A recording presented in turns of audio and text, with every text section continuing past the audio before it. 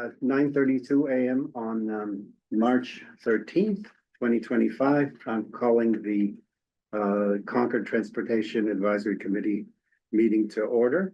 I'll start with a roll call. Rebecca? Mariana? Here, present. Nick? Here. Bill? Here. Ellen? Here. And myself, Mark Aylis. So we're all here. Minutes? Who's taking? Yeah, who's last Nick took the last minutes. Before that, Mariana did it, and she had swapped places with Ellen, who did the third last. So I think it's Phil. Okay. Go, Phil. No problem. Dan's, I recognize Dan Schrager is also online. Good morning, Dan. So we have the full tack here, which is Yeah. wonderful. If you're willing, There we go. Phil, Absolutely. that's wonderful. So Dan, are you present? I am present. Thank you. Excellent. Okay, so everybody's here. Okay, so let's take a look at the minutes. First order of business, review the minutes. So we have minutes for January 30 and February 20. Does anyone have corrections or additions? I had no corrections. None. No, okay. All right, so then we'll vote them both at once. Do I have a motion to approve the minutes of January 30th this year and February 20th this year? I move. Okay, second. Okay, do we have to do this roll call? Yeah. Okay. Yeah. Alan, Yes. Nick, Yes. Phil, Yes. Mariana, Yes. do you approve the minutes? Rebecca, yes. Yes. Okay, and Mark, yes. Okay, great. Me too, Mark. Oh, Dan, sorry. I gotta do something wrong. We're all, prove that we're human and not AI or something. Okay. All right, so next item is chair's comments, which is pretty brief. I just want to mention that at our next regular meeting on April 3rd, the main item on the agenda is going to be Safe Routes to School, and the Safe Routes to School state outreach person, Sarah Ashabir, has agreed to come and help us present. And I've double checked that I hope Phil can still make it, because he, as far as I know, has been the PAC member most intimately involved, has the most knowledge of that. So that's April 3rd. The meeting after that, I've switched the date from April 24th to April 22nd. Just for people's knowledge, there's a regular staff meeting, senior staff meeting, I believe, Thursday mornings, last Thursday of the month, or something, at least there has been, and didn't want to conflict with that. It's also Armenian Genocide Memorial Day. So I think that's generally my comments. They would otherwise be concerned with things that are already on the agenda. So I think we can move right on. So the next item on the agenda is updates related to Stantec contracts. And Elisa Sandoval, our new director of community development, I think has some updates for us. So why don't you take the floor, Elisa? So yeah, I'll go ahead. So I'm going to give an update on the Stantec contract to do with the comprehensive town-wide transportation and mobility study. So I reviewed the contract and the work done to date with Steve Dukran, and found that there about 2/3 of the total contract amount is still left.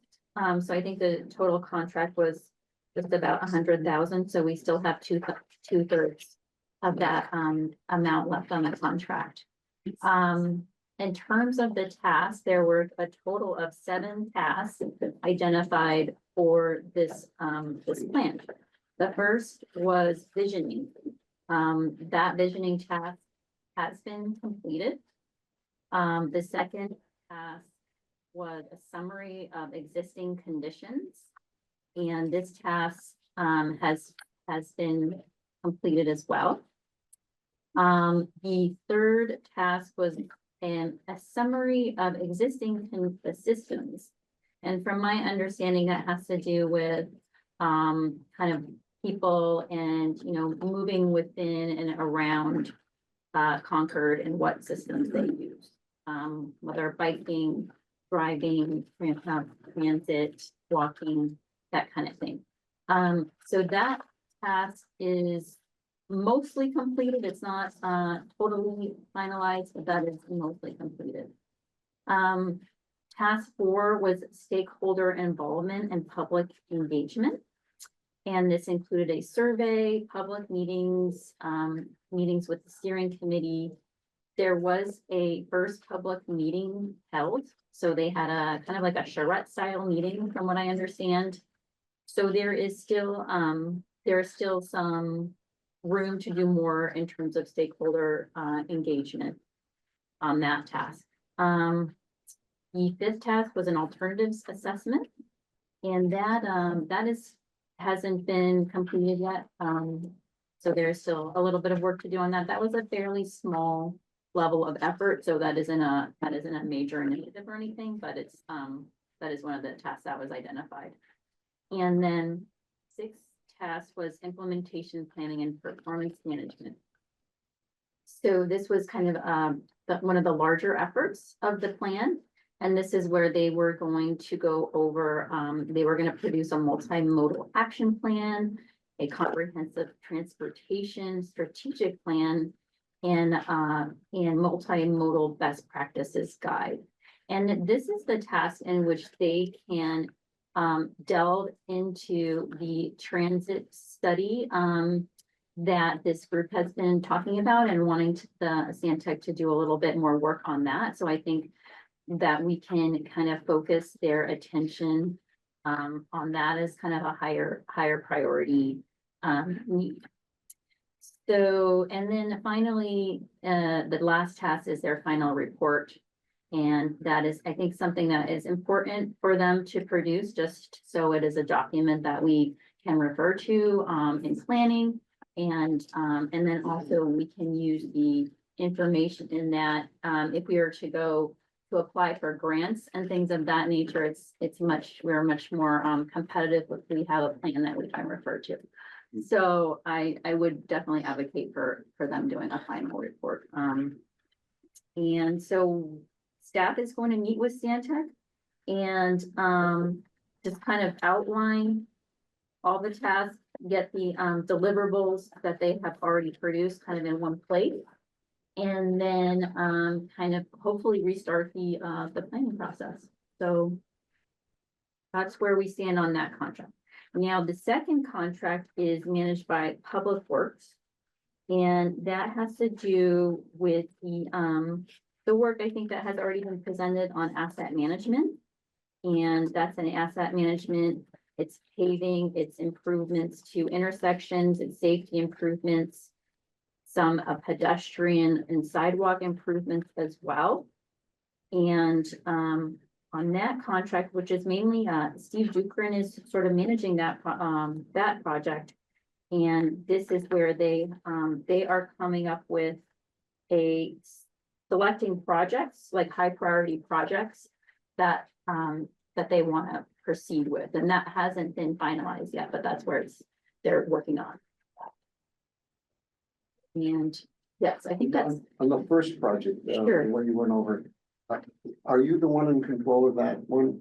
yes, I have just taken over, Good. This We know week. who we're dealing Only with. this week. Good. So- That's wonderful. That's very good. Very How good. about the prioritization of the projects? Do you know how that's gonna be done? Yeah, so I think Stantec is basically coming up with they have done the existing conditions and assessment of the roads and conditions of the sidewalks. Now they're setting up a template in which they can kind of feed in all the inputs to come up with the high priority list of projects to go after first. Do they have like a criteria for prioritization? Yes, I believe they have a criteria. for On priority. on that number 6 one, which is basically the thing we've talked about in here in terms of Mhm. work we'd like them to do with Yeah. related to public transit and such. Yeah, I keep coming across additional interesting sources of information. Hmm. And that I would like to be included in that, and not just the things we've said already. For Okay. instance, I was skimming MassDOT website recently and mhm, became aware of this project that was done in Western Massachusetts called the Berkshire Flyer, which was actually implemented, which is a regular weekend train service in the summertime and spring and fall mhm, between New York City and Lennox, Pittsfield, basically. mhm, And at first, it doesn't seem applicable, mhm, but it was a very well done study. mhm. And they were dealing with the same issues about funding and how you make it a viable thing that you can keep going, and there's a lot to learn there.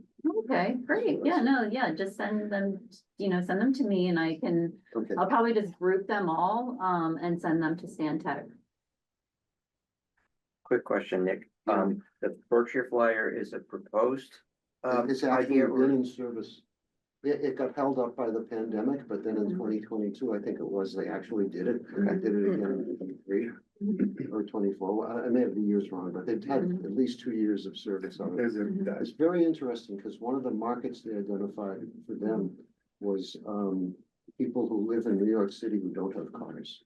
Mhm. Oh, yeah, Which is really Right. interesting. I started thinking about that. Well, we don't have that issue. I said, yeah, but we have a lot of people who retire and probably want to give up cars. So yeah, people on it's the, just that sort of study, if it's a Mhm. well-done study, it really stimulates your thinking about what you might yeah, do. yeah, I skimmed that report. I was very impressed. There's a lot of, it's a different scale project, but it's a lot of analogous, ideas and things in terms of, who the users would be and what the needs are and what all the steps and considerations are. and another quick question, who was the organization that put together the I think I sort of inferred from what I read, it was put together by a consultant they hired, okay, who was very good. and they meaning MassDOT or This, MEPA actually, the or- state directed them to do the legislature directed them to do this. Yeah, I think there were legislators listed. Yeah. Okay. Anyway, I will send links to the committee and at least, I couldn't send it to So Heather. this stuff Heather is could very good. send out. Sure. Can I ask a couple Oh, questions? yes, definitely. Just about, so to clarify, the alternatives analysis that you said that's not gonna be a big part of it? Well, it's just that it doesn't have a lot of hours devoted to it, so Okay. it's probably, the smaller, item. So is that something that the TAC can work maybe hand in hand a little bit with Stantec, on that, as well as understanding their evaluation framework?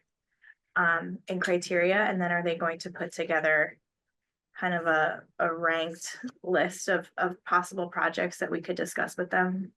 or maybe the thing to start with is, do we have things we can look at that they've done so far? So we. Yeah, Yeah. I think that's what I'm gonna try to do is Yeah. just compile everything that they've already done to see where they're at and where there might be some gaps. Where we think there might be priority. That would be great. Yeah. Really, And then- really helpful. Yeah, and then also, with contract 1 and contract 2, it feels like those could go really nicely hand in hand Mhm. in some ways, and be really intentional about Yeah, selecting those intersections and making sure we're not it's a good point, yeah. rehabbing something that really needs to be improved.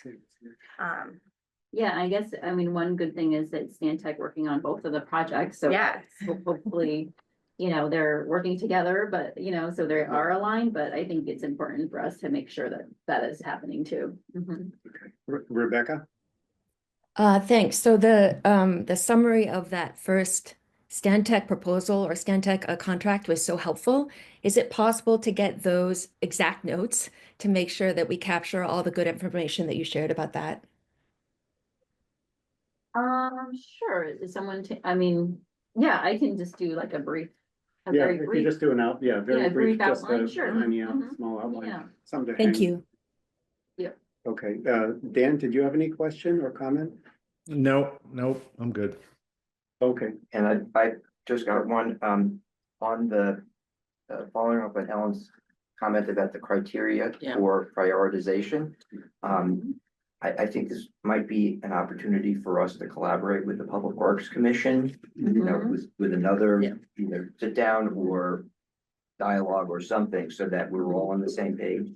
And then, maybe the public has an opportunity Yes. to express their observations, concerns, et cetera. I mean, I think it's also, I totally agree. I think that it's trying to understand the criteria. I mean, I know we talked about it, but to see it in print and see what Stantec is taking as the criteria would be great. You know, to what degree does it include Concord, you know, Envision 2020 to includes, you know, other committees' interests. I think this is kind of how we, might be a frame for how we collaborate.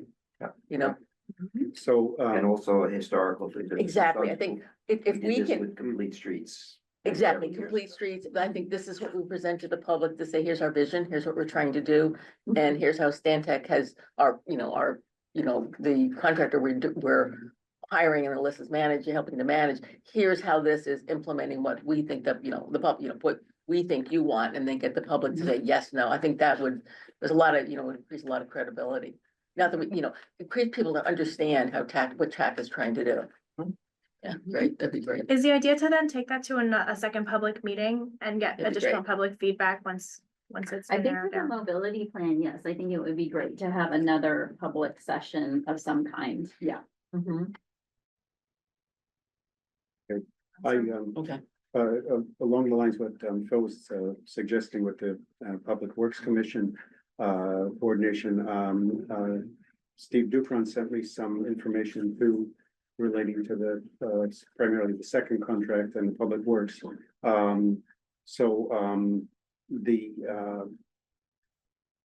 With regard to the asset management work that Stantec engineers are working on, they're working with their planning staff who are using ideas from the first study to identify and recommend projects. So they're working towards getting a list of recommended projects.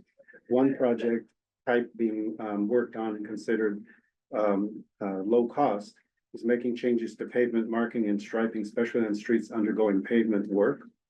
And there'll be some town staff meetings to help guide that on getting a deliverable for particular projects. In terms of altering pavement markings and making other changes during paving projects, this is something that's come up at Public Works Commission meetings during discussion of this year's paving program. So engineering has presented to Public Works roads being addressed with the available budget of 2.6 million, as well as streets that were under last year's contract, but whose work got deferred for a variety of reasons. So there's a backlog of paving that's already funded, and engineering is working with Stantec and Public Works Commission to try to include improvements related to pavement markings and other types of changes. All of this is ahead of the $25 million for fiscal 26 through fiscal 30 being considered for a town meeting. He said that a meeting with the butters of the streets for this year will be held in the coming weeks to invite input from the residents. I think more information is going to come to the TAC to be distributed. And perhaps at the next TAC meeting, we can have an update on some of this. Also, have those segments of road been identified? It sounds like that's still being worked on, but I'll try to get, more information from Steve and as I can things done. And I know that they're, again, they're trying to work with what's already been gathered from the first study. As far as trying to prioritize, and I have asked Steve, I said, when Stantec has some specific things to show on recommended projects and budget, TAC would very much like to see that. So that's not quite ready, but we need to move towards a point where we can actually see recommended projects for us and the public in general to weigh in.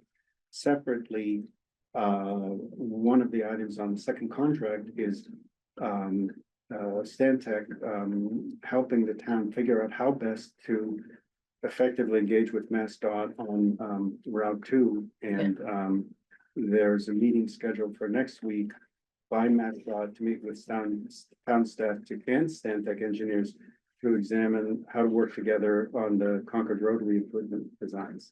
To see what, it's a state project, but it obviously impacts the town a lot. And Stantec works both you know, with the town and with help, help the town get more of what it wants, I would hope. So that's, that completes, I think, all the Do we update have information. any idea what's happening with the Route 2 corridor study? Because I can't find anything on MassDOT website. that No, indicates I think, anything's I mean, that's a good question. I can ask, Steve specifically about that. But I think that my you know, my guess as to what happened was they were doing a general study, and because, you know, they heard that the prison was closing, they needed to get it out in whatever preliminary form. And, they, Now they're waiting to see but what happens. they've done work in Acton. Well, we'll see. We'll Yeah. find out. But that's a really good question that might as well be brought up at that same meeting with the Rotary. Yeah, I'll send that to Steve. I think that's real important. Quick question, Mark, do you know Sure. if the Concord Rotary meeting is a public meeting or a staff only? I think it's staff only, but, I can check. It'd be nice to get any kind of update, because I've seen kind of crazy, like, old plans about options for Route 2, the Rotary. I think that's something that The trouble Think- is, all we just say, so the tax should really know what's the options are, because if you're gonna, if somebody's gonna ask you something, that's gonna, as a TAC member, that might be number one. Okay. What's happening with the Rotary? at least output from the meeting, if not. Yeah. Yeah, And- okay. I think there ought to maybe be some coordination with the MCI planning Sure. committee, so that they have some opportunity to weigh in as to what they'd like to see. That's Yeah, a really good And point. one thing that's kind of like, I don't think anywhere is in terms of what's the potential for mass transit. I think there's a lot of assumptions that will be a Route 2 access, and then there's some rail trail, and then access to the train, but I haven't heard anything about Mm, how do we get people out of cars? You know, Yeah, that's, these are all really good points. I'll convey some of this to Steve and try to, see if we can get some answers. And obviously, you know, the question is what, you know, what's the public face of that process going on, and when are certain things brought out? I was a little shocked when MassDOT presented that, you know, previous study, that it was like, you know, it's a typical thing. They Here put it that is. out, then you have 30 days to respond, and they're saying it's just ideas, it's not a plan, so it's, I don't know how that really advances. yeah, I mean, it But will, we did write a 2-page, or, because most stuff that's written about car traffic says when you increase the capacity, it doesn't decrease congestion. So right, and it it's seems, just, that's what they did. They just said more lanes. yeah, and when you try, and when your metric of performance is vehicle speed, you're gonna It's get not happy vehicle for speed. It's People are Right. bikes. going in the direction that we want. Yeah, thank you. Okay, any more questions about, Stantec? I think Rebecca had a question, but no, there's something Oh. covering her. Oh. Rebecca, do you have a question? I did, thank you. It was a question of whether the meeting with MassDOT was public and whether we could get information. So someone asked it, thank you. Okay, yeah, my impression is that it's a staff meeting, but we can certainly ask for information after, but I'll find out if it is public, or there will be a public, meeting associated with that. I'll get that information. Just take a pause for 1 second. Mariana, can you see if you can just, I'm not sure if that's a touch screen or Oh, not, but yeah, maybe there's you can get something- rid of that. Yeah. Excellent. Okay, Good work. not showing up. Hello, Didn't show up on, everybody. didn't show up on my screen. Yeah, no, I didn't realize those were different. Oh, yeah, You can extend it too. yeah. you can. One other question on the Stantec study, I know one of the, interventions we discussed that may or may not be reasonable would be a pedestrian bridge somewhere over Route 2, and maybe Mhm. that ends up being a partnership with MassDOT, or, Mm, I don't know how much ownership the town could have over that, even if we did have the funding. But assuming that that makes an appearance in the report and the list, it'd be, great if they can put some order of magnitude pricing on that. I don't know if that was intended to be included on all of the alternatives that they, This was Discussed, but- was this the Assabet River? no, a pedestrian and bike bridge, crossing Route 2 somewhere, and that could help the town, work on grant funding with the state. Oh, okay, great. Just, No, just to that's it. put numbers in perspective, Right. the cost of a bridge over Route 2 for pedestrians and bikes would be comparable to 10 years of funding public transit. Without the riders Yeah. paying anything, Yeah, so. It would be significant. It's Yeah. significant. Well, that's Sure. why I think that, to have criteria in place and then say, where are our dollars best spent, because you're right, it's like, there's a safety issue about bikes and pedestrians over Route 2 for sure. And then there's maybe, is the alternative get people not off their bikes, but off the, get people on mass transit, but that's a bigger issue of like, can you get people Mhm. to adopt it? So lots of issues about how to think about it. yeah, well, that helps us, I think, manage the conversation with Yes. constituents. Exactly. A lot of people were asking for a bridge. And if the answer is no, we can't have a bridge, it's helpful to show why. And there was even discussion about using the train tunnel. Yeah. Kind of like Hmm. as I think the assistant town manager, right? Wasn't that right? Mhm. Had looked into it. Yeah. So I think people really Run the want path through something that is not crossing the Mhm. asphalt. Yeah. On Route 2, and bikes and people. Well, yeah, but that getting some rough numbers of different ways of doing that. Yeah, that would be great. For perspective sounds. Yeah, I mean, I guess it- anything we can get numbers. for Wouldn't is good. maybe to have it for the Bruce Ruin Rail Trail Bridge, because that's bikes and, That was like $7 to $10 million. there you go, there's, and Okay. that was a while ago, 7. All right, I want to move I on. think Thank you. Stantec worked on it. I want to move on to the next agenda item, but before that, I see Catherine from the CAC has her hand up. If you want to say something or ask a question, go ahead. Yeah, and I wasn't sure if I'm technically not on this committee, but on the climate action. I'm just curious if a walking trail underneath Route 2 along the Assabet has ever been proposed, or if that's on the table, or if that's possible. It's been, people have mentioned it, as far as I've heard, you're talking near the MBTA tracks, the commuter rail tracks? Kind of closer to the MCI Concord, where Route 2 crosses over the Assabet. There's no distance there. There's, the river's no head- virtually touching the bridge. It's not. There's it's no not a headroom. Place. Yeah, Okay. but getting various thoughts out on the table and then what the challenge is. Yeah. The MassDOT and the MassDOT study did kind of put those things out. I think, even things that are impractical, it may spur thought to another more practical. Yeah, and I alternative. think associated costs and infrastructure and all of that, if that's really transparent and people understand what that looks like and what all the various options are, even if you say it's impossible, I think, to your point, it's really good for us to all know that it's Yeah.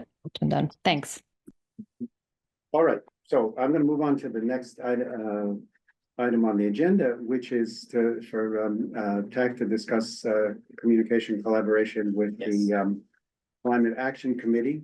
Climate Action Committee is, as I understand it, starting a process of updating their climate action plan, looking at, what's been accomplished and what hasn't, and what priorities are the same or may have changed.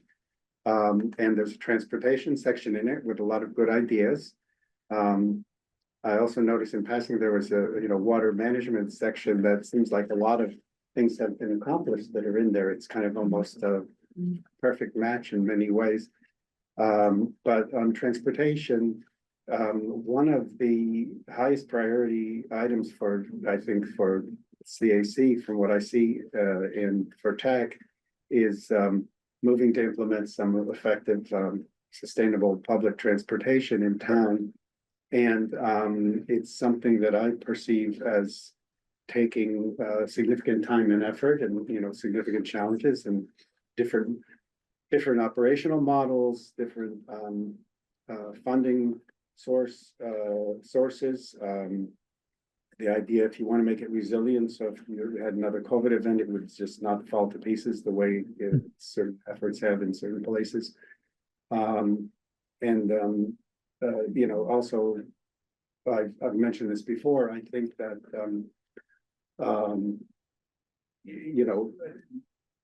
realizing the size of the opportunity, but the size of the challenges.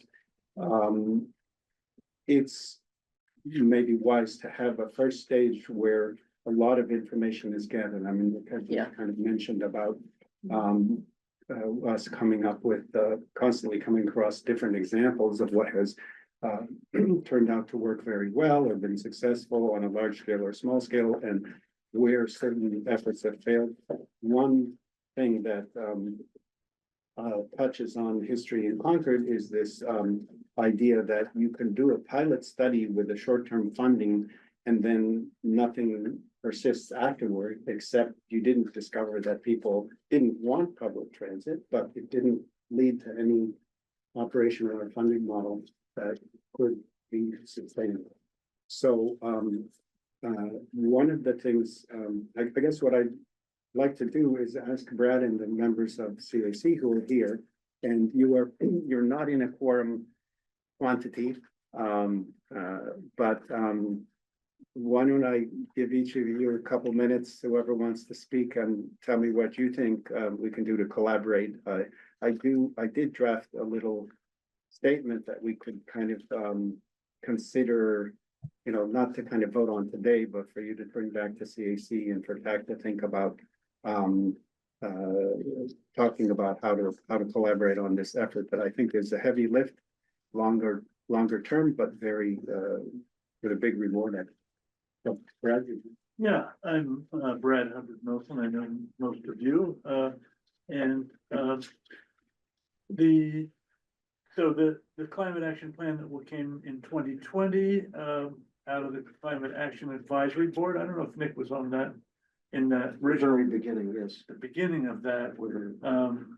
That plan had you know, different sections of which mobility is one, and the way it was laid out made it seem like, you know, this was gonna be done in 2020, 2021, everything was gonna be done by 2025, so we would be all done, and that's kind of funny to think about it.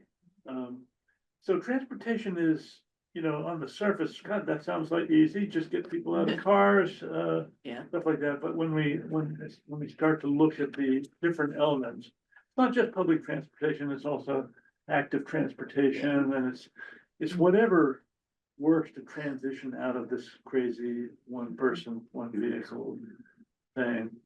But we're mainly, you know, so primarily, what is it going to lower greenhouse gases? Yeah. Starting up with public transportation that nobody uses would increase greenhouse gases. But that wouldn't be something you would want to do. So I guess our first thing is assessing what's been done, since we had a consultant write the plan, help write the plan in 2020.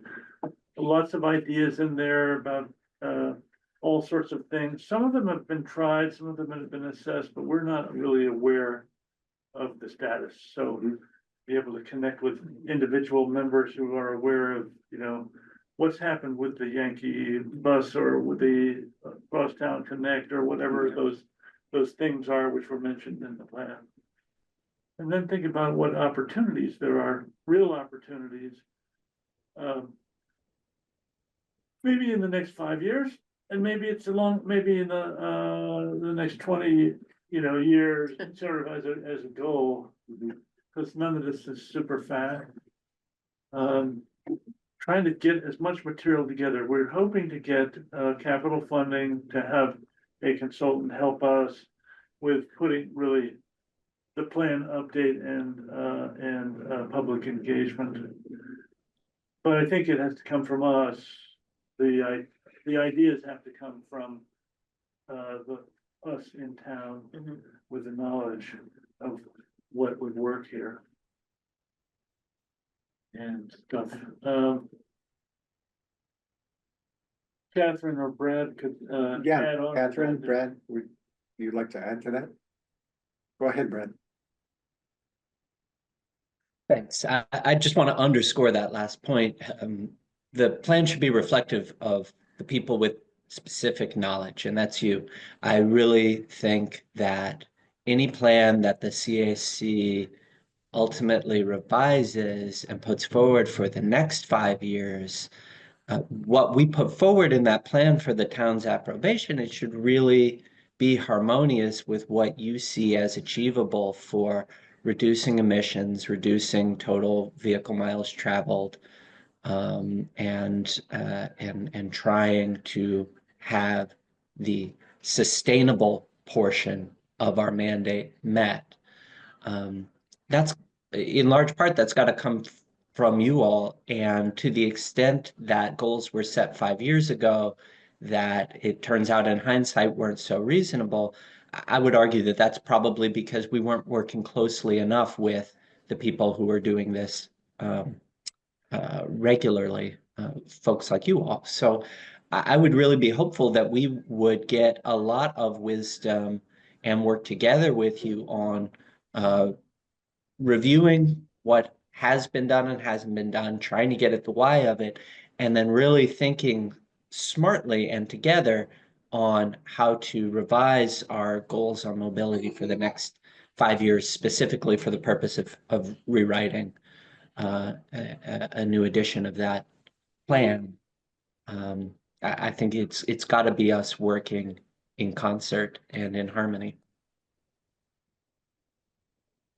Catherine, did you? Yeah, really well said. I would just double down on all the comments, and then sort of think about, what are the outcomes of this meeting? Is there a process, to both Brad's points about sort of collaborating and making sure we're working together and that our goals are aligned? Is there, whether that's a subcommittee or just somehow checking in? So we want to sort of make sure we have some sort of outcome to understand the path forward. So I'm, oh, go ahead, Rebecca. Yeah, you're muted. Do you want to go first, or should I? I was going to Go ahead. respond. Okay. Go. Okay, so I really appreciate the comments from Catherine, Brad, and Brad, and I'm wondering, just internally, do you guys have a sense of timeline for the rewrite that you'd like to see? Because that, I think, will help inform our collaboration. My sense is, we would like to be able to get through it by June of a year from now. That is, a lot of the work happens by the end of this year, but then there's a lot of,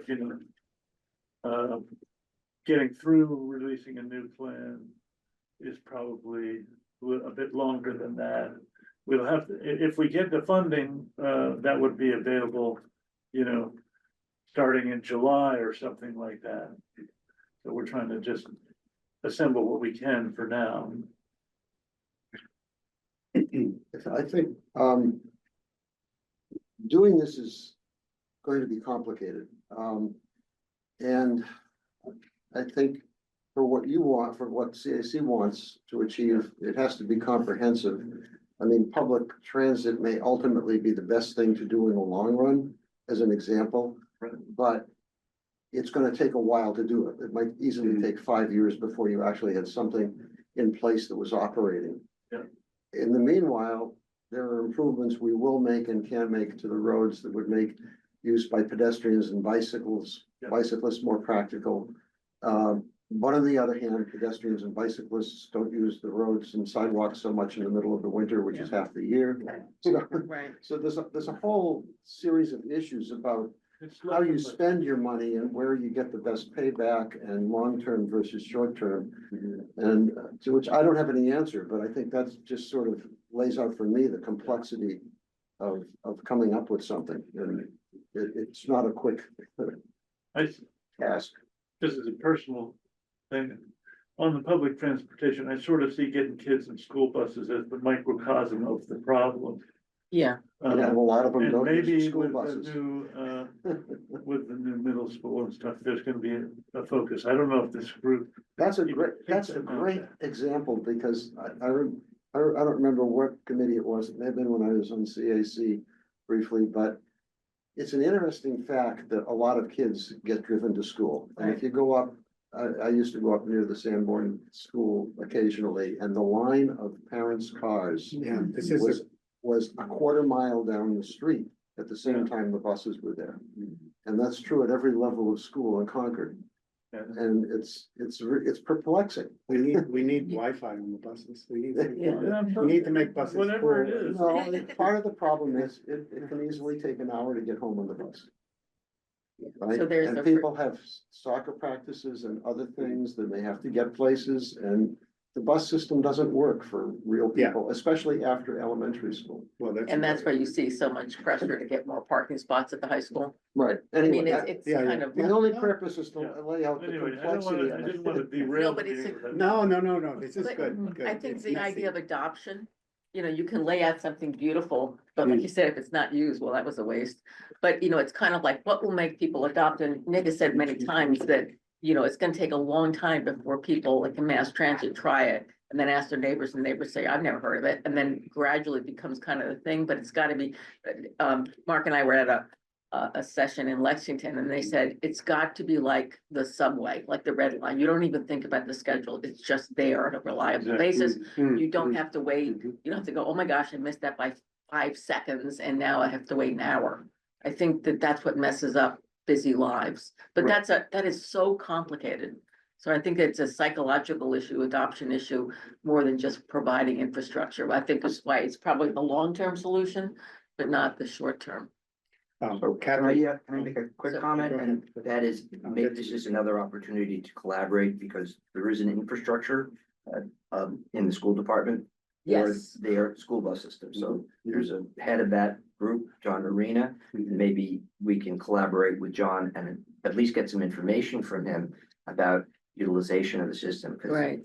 my understanding is that the pandemic changed the utilization of the school bus. It's gone down. So now there are more cars and fewer children on the bus than there were before. And, you know, maybe he has some Yeah, information for us. and about you know, that. the size of the bus, if you see this giant bus with like 5 For people kids. in it, that's obviously not an optimum and Yeah. smaller fleet with smaller And vehicles. your bike to school is actually a perfect model of how to get people out of cars. You make it fun. For a few months of the year. Yeah, yeah, granted, but I mean, In the still, best months of the year, there's no school. no, buses. I just meant that if you wanna have people do it, it's gotta be fun, attractive, you know, a cool thing, a fun thing to do. And I Right. think you've really done that and we should use that as kind of a, you know, touchstone. We're trying, we're dealing with an ecosystem, and we're trying to make a healthier ecosystem, Right. more sustainable. Catherine, you had your hand up for a long time, sorry.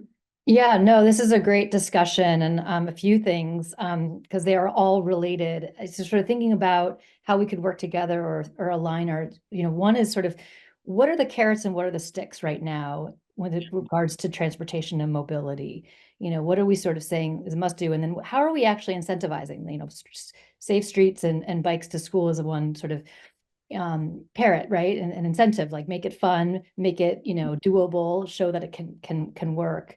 And then the coalitions, I think that's just so perfect. So for example, connecting the new middle school to the Bruce Freeman Rail Trail, that seems like a no-brainer. It's right there. It goes right into West Concord. It's a safe way for kids to bike to and from school or walk.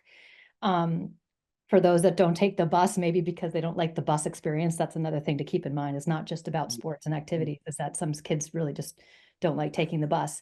And so that's a whole nother conversation beyond this, but it's going to happen, but it's taking a huge coalition of people to put pressure, right? Because in this kind of recessionary kind of cost-cutting environment, anything that's going to cost capital, Dr. Hunter and the team, like they just don't want to spend more money, understandably. But when you've got the Bruce Freeman Rail Trail Coalition and possible grant money there, you've got the PTG kind of asking and sort of demanding it. You've got, you know, athletics fields that are going to be built and people who want to access them from the community beyond the kids. And you have just a coalition of people who are meeting around this, saying this is really a priority, not to mention the ADA needs and regrading to connect the school to the trail. It is a project, but it was one that was at the inception of the vision of the school talked about, right? So it's also holding that accountability piece, like, oh, that's not just an extra, that's fundamental to the design of the school and for getting around Concord.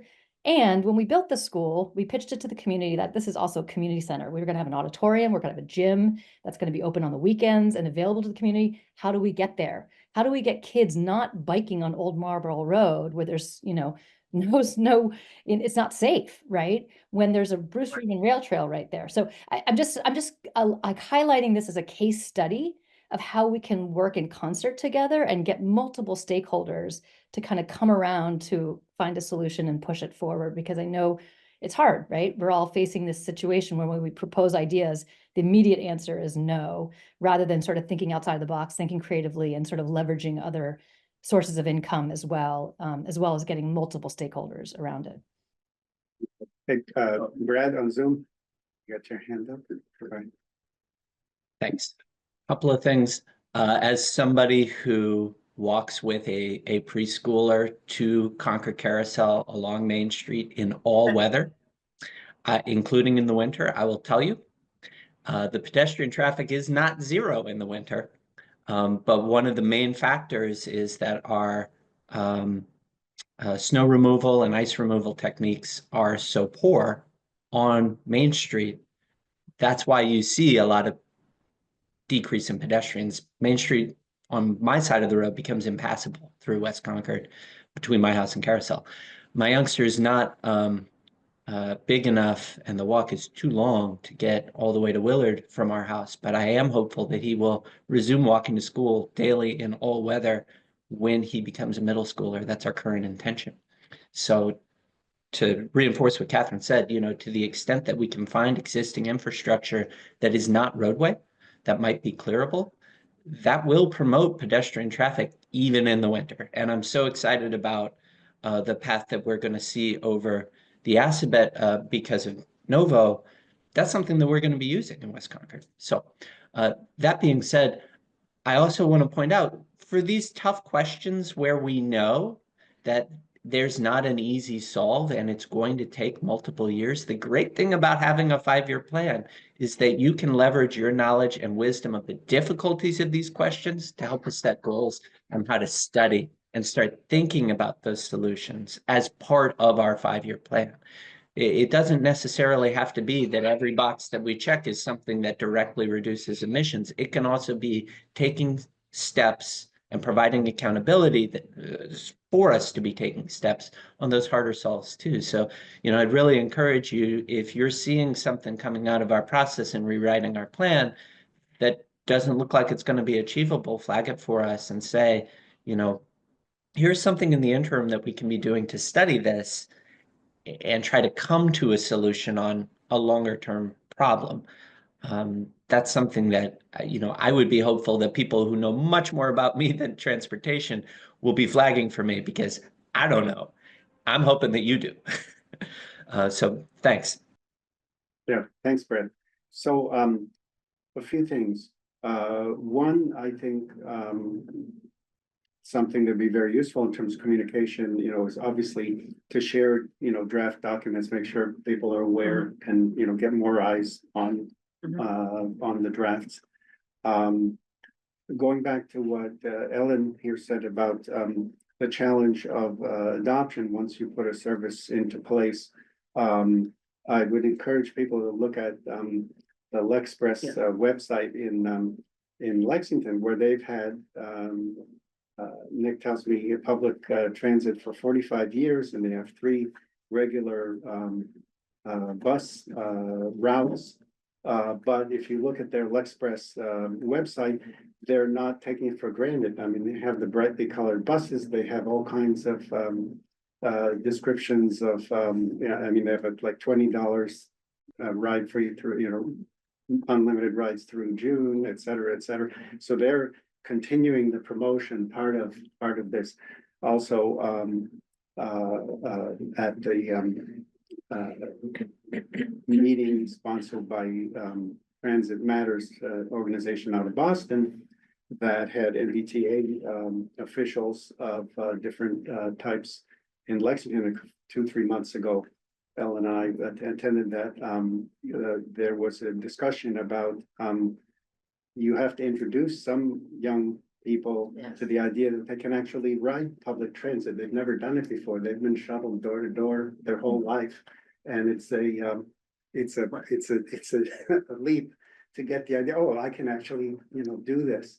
So, I think these are all, So one of Really? the things that they suggested, which I thought was like, okay, I'm not a young person, obviously, was to use GPS, social media, and have kind of like a geocaching version, but on mass transit. Hmm. So like to make the experience again fun, why would kids do that? And of course, you can go to the ice cream station and the Hmm. ice cream store in the middle of Lexington and get a free ice It's cream not cone. it's not just the young people who have to be convinced, it's the parents. Yeah, Exactly. but the Right. young people, if well, if yes. the young person says, It I isn't don't the wanna young take this- people who decided they were gonna be bussed around in the cars.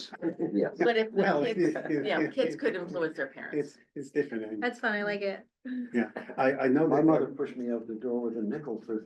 Yeah, when I was 12 years old, You you said, can go to the go. other side of town. Don't come back until Don't come dinner. back until 10, The, right?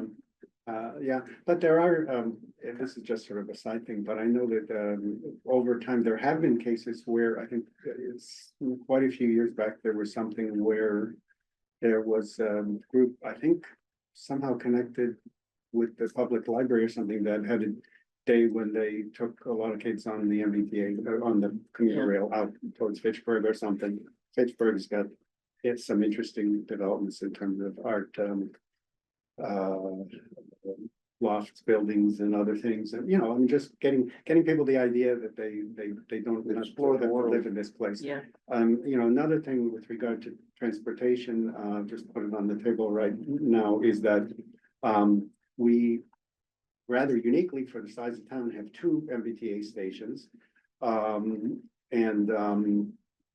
think I think the MBTA is shifting into a more responsive mode with the caveat that the legislature has to increase the funding. And of course, that loops back to every citizen telling their legislators that funding for the MBTA in all its current and future possibilities needs to be a high priority because of all the social, environmental, economic benefits.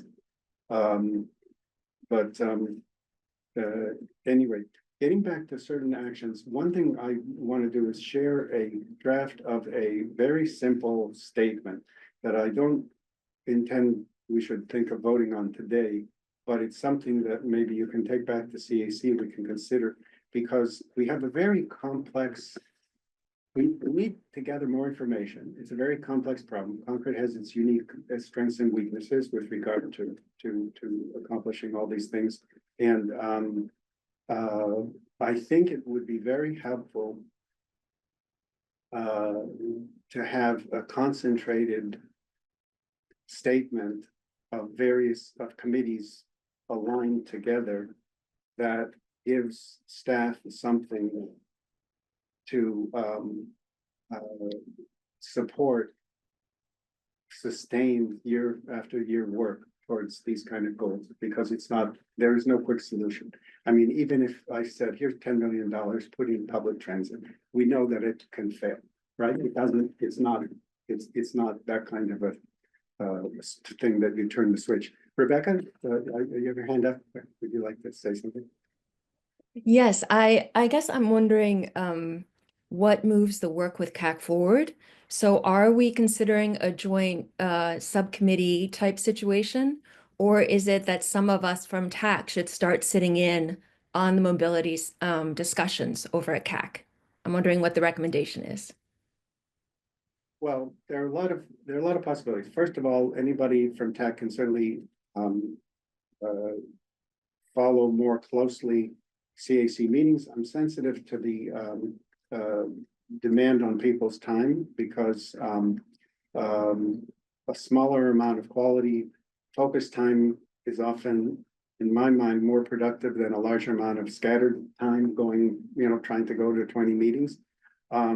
It would help if CAC highlights to TAC when, we can follow the agenda, but we can also have, it doesn't hurt to tell somebody something 3 or 4 or 5 times if it's important, and it might slip through the cracks. So whenever CAC actively working on transportation issues, we ought to pass that information around to TAC so TAC members can watch. If TAC members are present as a quorum, they can't participate, but they can listen. Joint meetings are easy to set up, and I think they work best in most cases.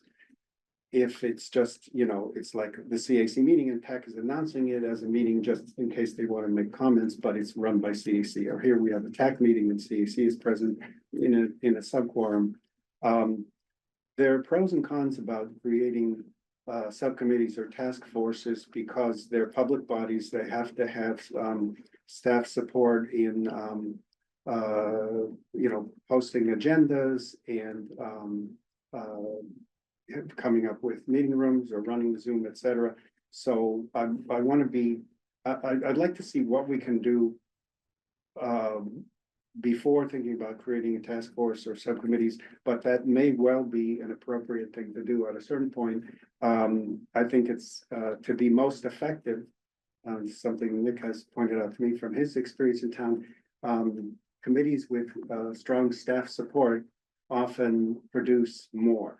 And sometimes you need consultants to be hired, etc. So creating a subcommittee sounds like you're doing something useful, but it isn't always as effective as it could be. So we should see what we can do with the existing wheels meshing together better. And then it may turn out naturally that, hey, for a particular targeted thing, we're going to have the staff support and the need to have a task force. We already have a number of very high-powered task forces going on in town, and may be hard to get the right people available. There's also a question about how much relevant, truly professional expertise is needed for certain tasks. And I think, this is an area where we can find things that we think are useful, but how they're coalesced and utilized in terms of moving a discovery and decision-making process forward is not trivial. We're only an advisory committee. And remind me, because I'm forgetting, how about this, didn't we have the Stantec request of reviewing what's been done? Is that gone out to We had Stantec? Did we vote on that? Which one? The draft of the 20 request of information. The data we'd like Stantec to collect. Yes. We Yes. did vote on Yeah. that. So Yeah, that would, they have the document TAC is, I think, coming, to a consensus that the, even for the particular vision item of public transit, that it's complex and we could really use more information. And there's information out there in various forms, but trying to put it together, trying to, for instance, put dollar numbers on things, because I think that's a useful thing, looking at what hasn't worked. One of the things with the, I believe prior to COVID, Concord was about, I might be wrong, but my understanding is prior to COVID, Concord was about to join the Crosstown Connect Regional Transit Organization. I know a little bit about that. Yes. Actually, Marcia Rasmussen had obtained a grant that would have allowed us to start a bus service in town for, I don't know for what period of time, maybe for a year or something. But then almost immediately after the grant was granted, COVID hit. okay. And the money was withdrawn. Money was withdrawn. Also, even in towns like Acton that had, I think, at least 2, possibly 3 types of service, they shrunk down to something very small. And so I think there are lessons to be learned from this. Knock on wood, we might have another pandemic, we might have other kind of disruptions, and planning so that, having a plan in place that preserves something or shifts to another mode and continues the usership in some way, I think is important. Let me share, if it's okay, just as kind of see if I can do this the way I need to share screen.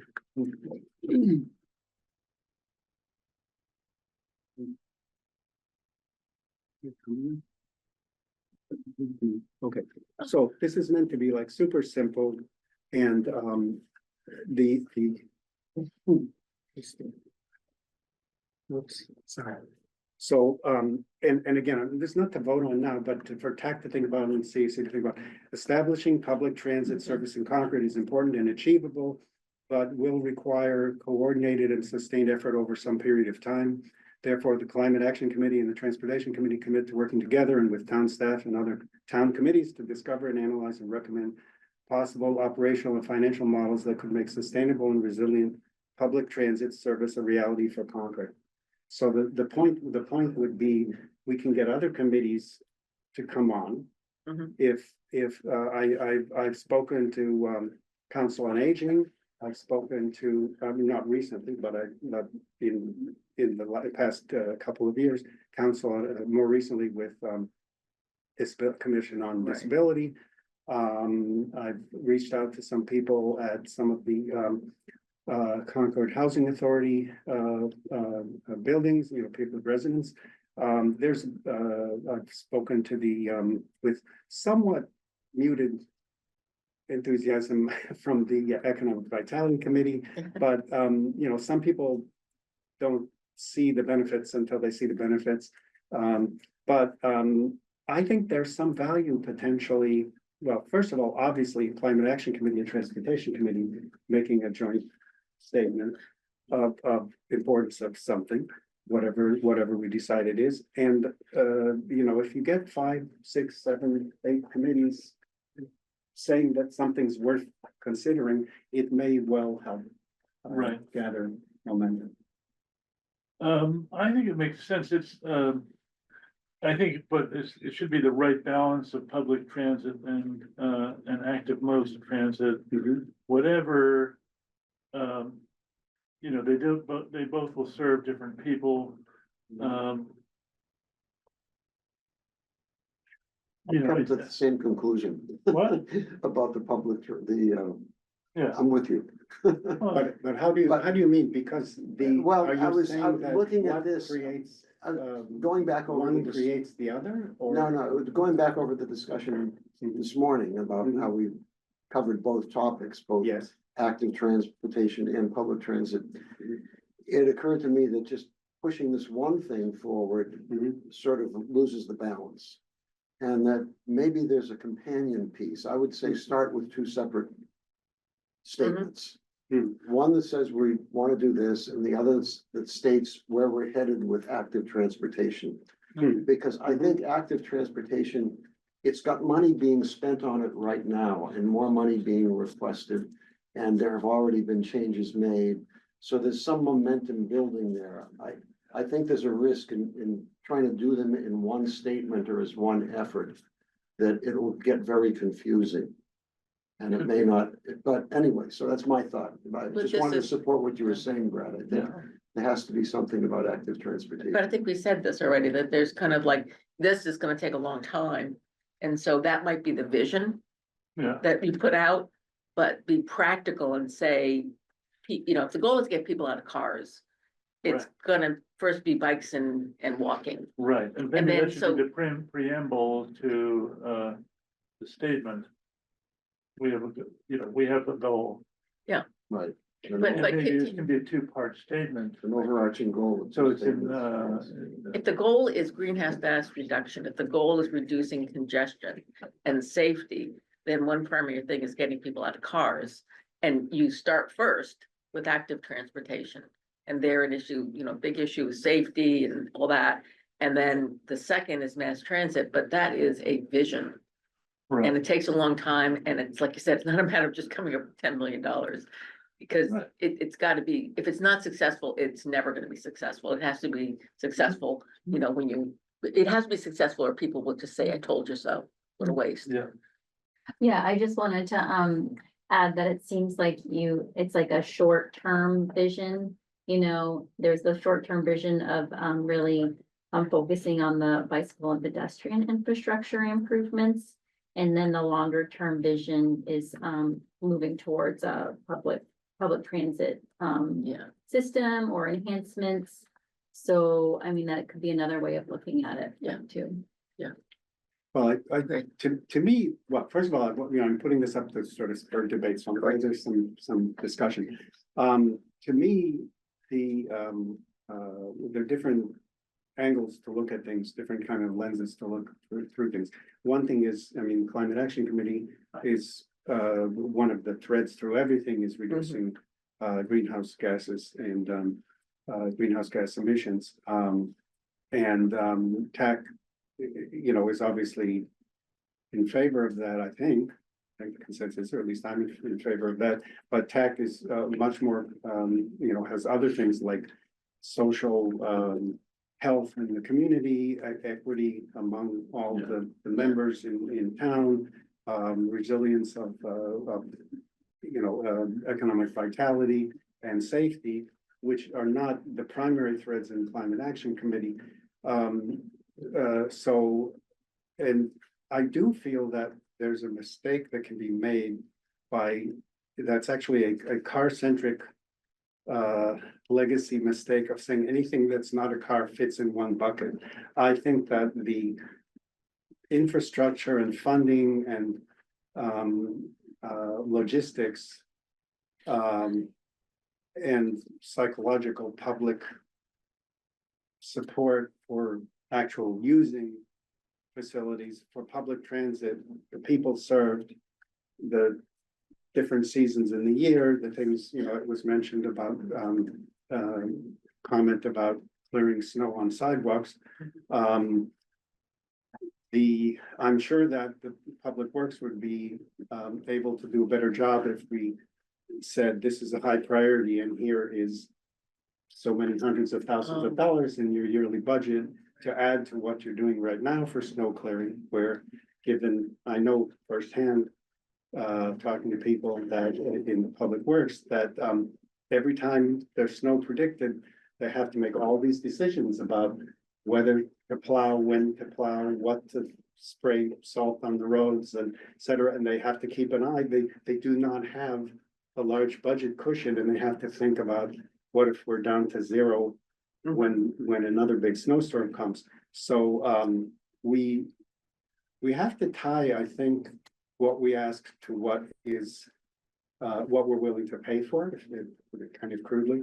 And therefore, I like the idea of having sort of considering the possibility of having separate statements and then seeing how they mature and whether they gain any traction, and then how they mesh together. Certainly when you come together at a particular nexus, like West Concord Center in the train station, or the MCI development, or Concord Center and the Toro Leap, then you're going to see how these, you want to have bike racks at the train station. You want to have paths to the train station, things like that. They'll come together. But I think I just feel that it gets very diffuse if we try to put disparate things that have disparate.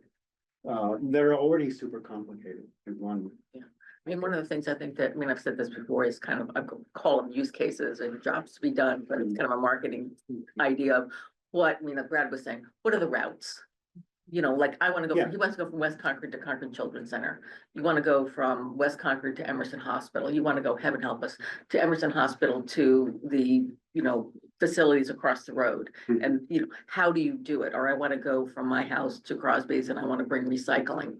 It's sort of like, those are the things that you right now, I'm, car. You wrote a very nice letter about some of that. Yeah, but I just think that's sort of the prioritization, is to hear people like Brad say, okay, so what are you trying to do that's hard? Well, Stantec, it's my understanding that Stantec is actively working now on these kind of prioritized routes, and that would be, I think that's a frame.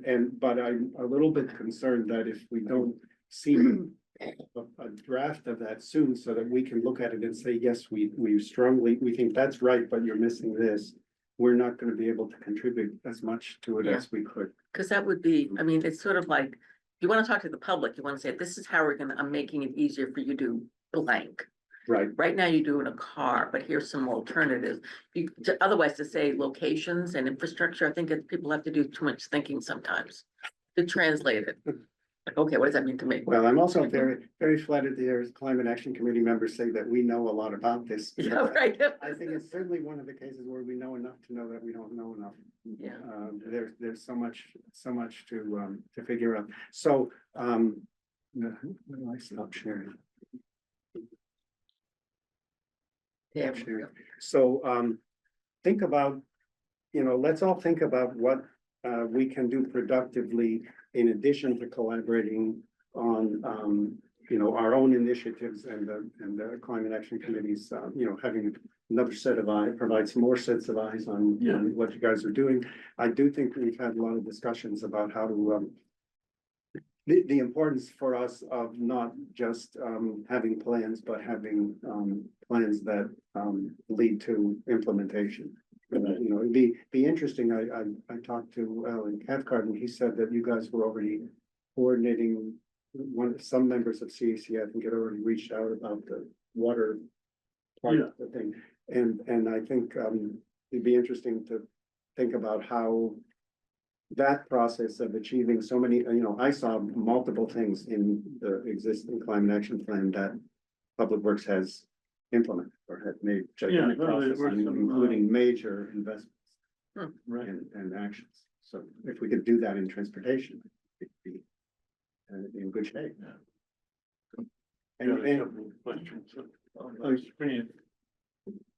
What is that? Okay, Rebecca.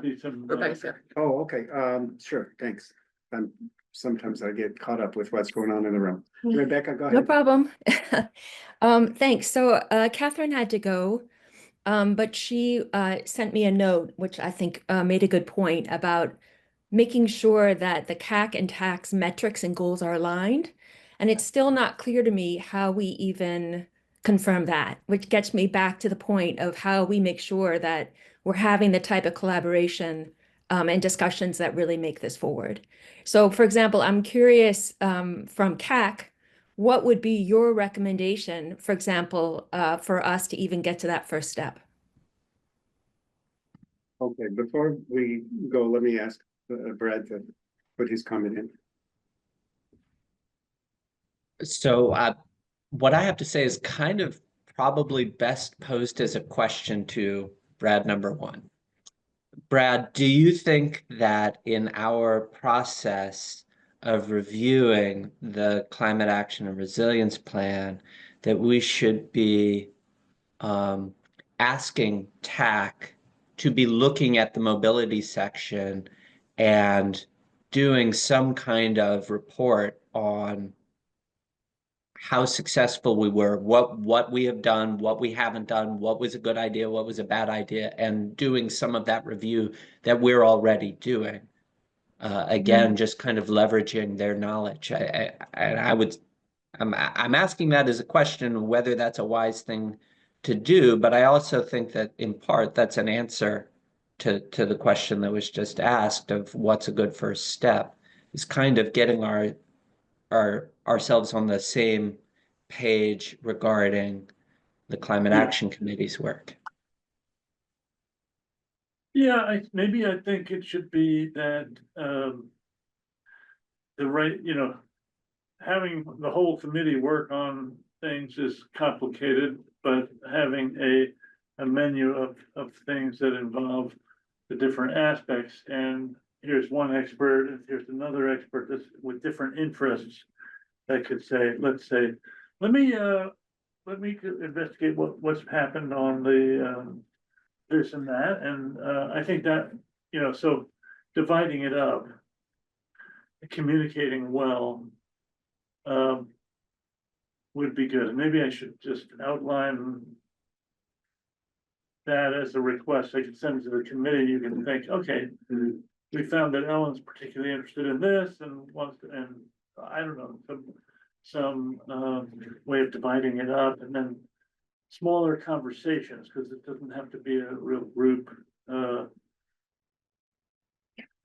Every conversation doesn't have to be Yeah, well, again, I want to be careful about assigning, about people taking on more than they can handle, but your current plan is posted. some of us on TAC have looked at that. Mhm. I would encourage everybody on TAC to take a look at it.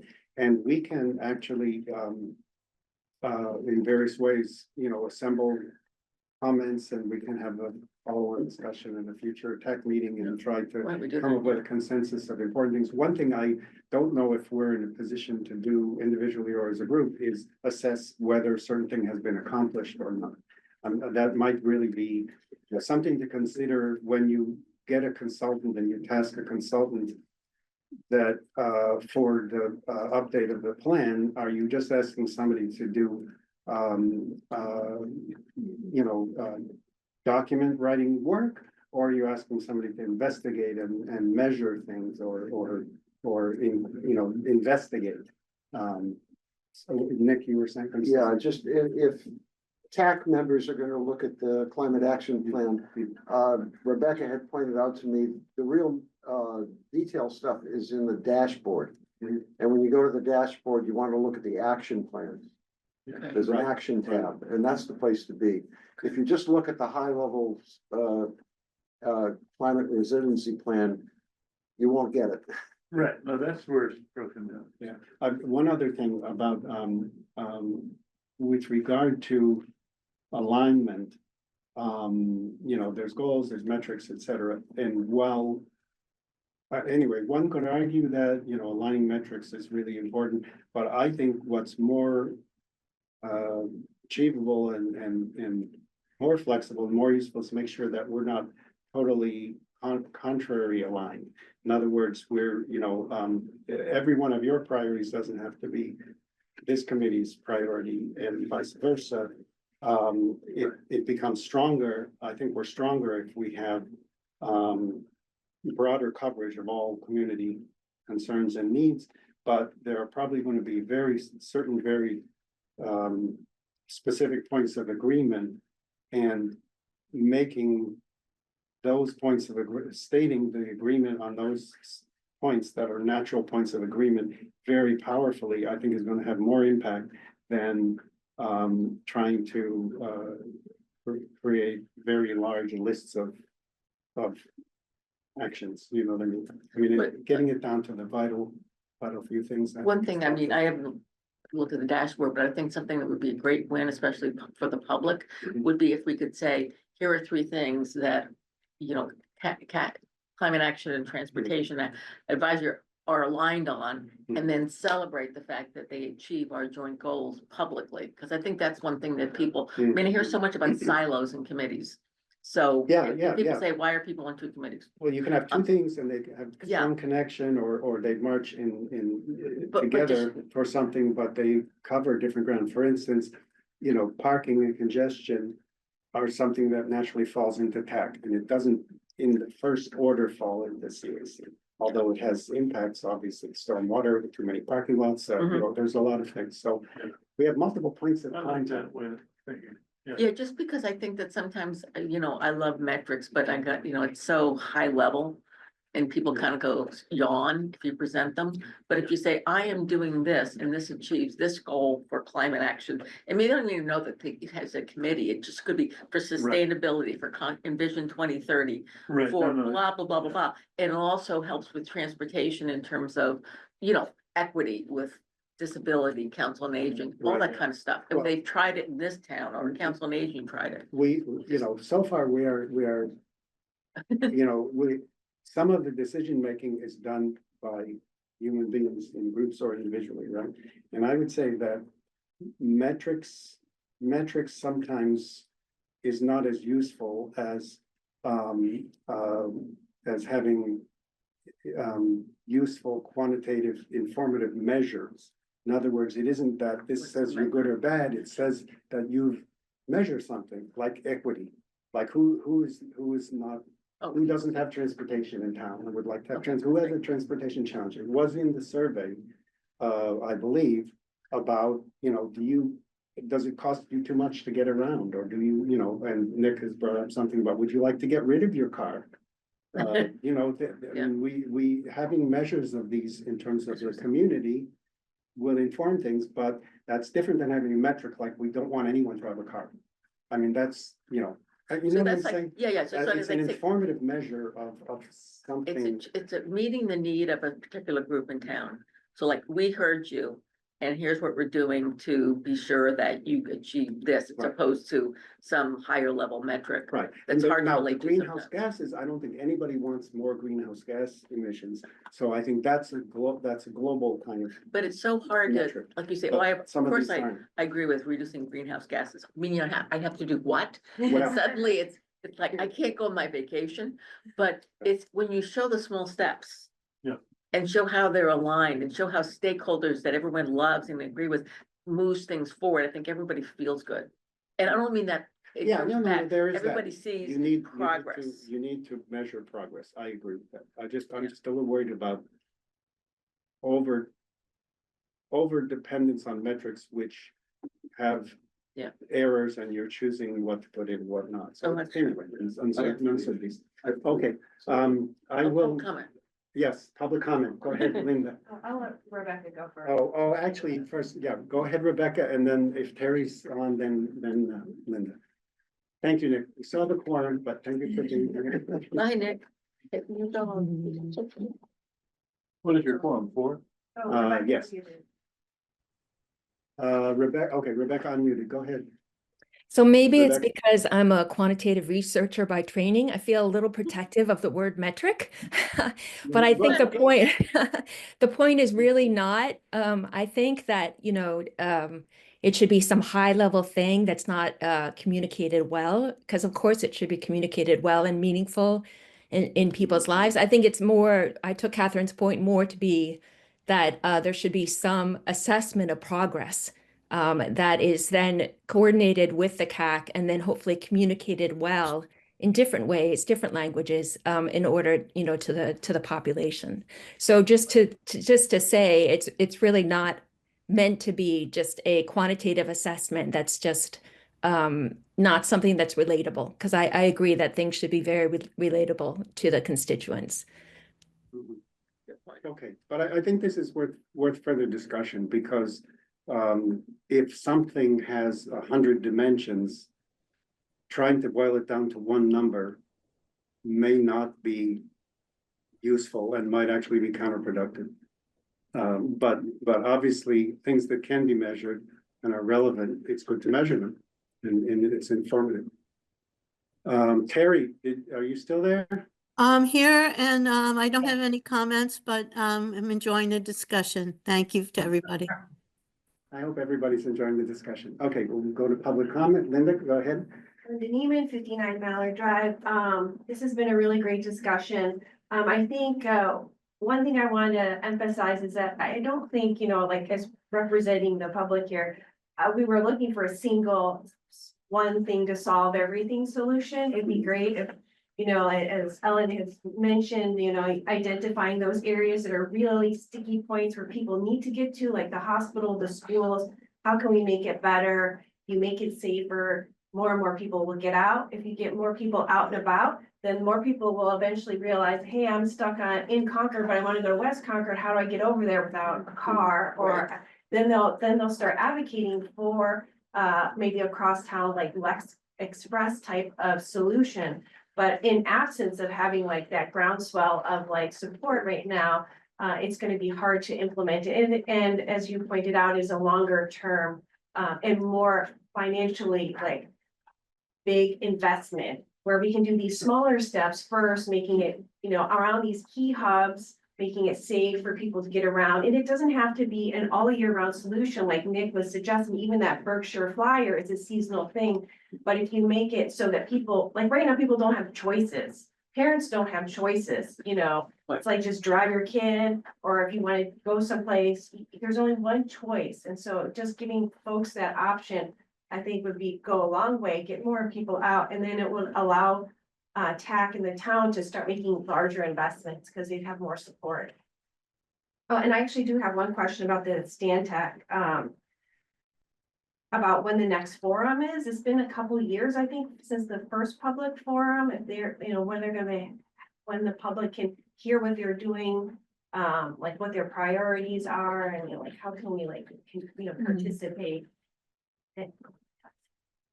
Yeah, I think we're just restarting the project again, so yeah, I think that's important to re-engage the public when we get everyone together and we get all the current status of all their work too, so, yeah. Yeah, it will be helpful to get, Mhm. to, you know, as you say, to accumulate Think, what's yes. been done. Yes. And then we can kind of figure out what is the next step.